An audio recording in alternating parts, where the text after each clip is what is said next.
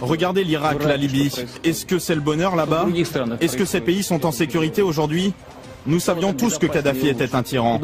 Mais pourquoi n'écrivez-vous pas ce qui s'est passé après sa chute? Ce que vous n'aimez pas pour vous-même, ici en France, vous devez comprendre que vous ne pouvez pas l'exporter ailleurs. Parce que finira un jour par ce travail que vous faites pour déstabiliser les pays, finira par arriver à nos portes. Et alors, celui qui aura semé ce désordre ne pourra que récolter ce désordre. Bien sûr, un plan élaboré par le sionisme pour agrandir son État, l'État sioniste d'Israël, mais aussi le choc des civilisations. Êtes-vous prêts à un choc des civilisations?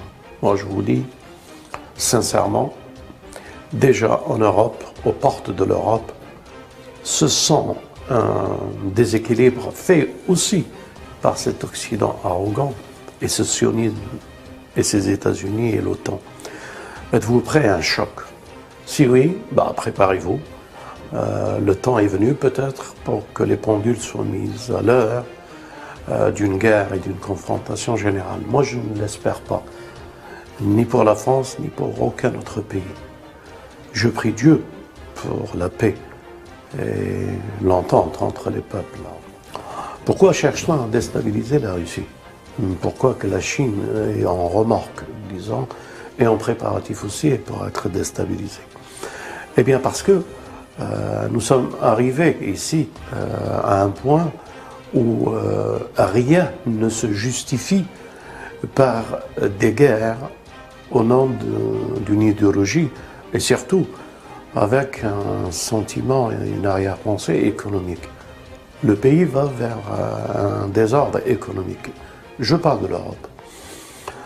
Et que cherche-t-on à déstabiliser la Russie avec ce qui se prépare pour l'Ukraine et le reste? Aux dernières nouvelles, les Russes, donc j'apporte mon soutien, et les Chinois se rendent compte du grand bluff du démon, de Gog et de Magog, en termes religieux que je le lis, et du système bancaire. Je veux dire par là, ils se rendent compte que l'or investi dans la Fed, dans la Banque fédérale américaine, n'existe plus avec l'histoire allemande. Alors où est passé cet or?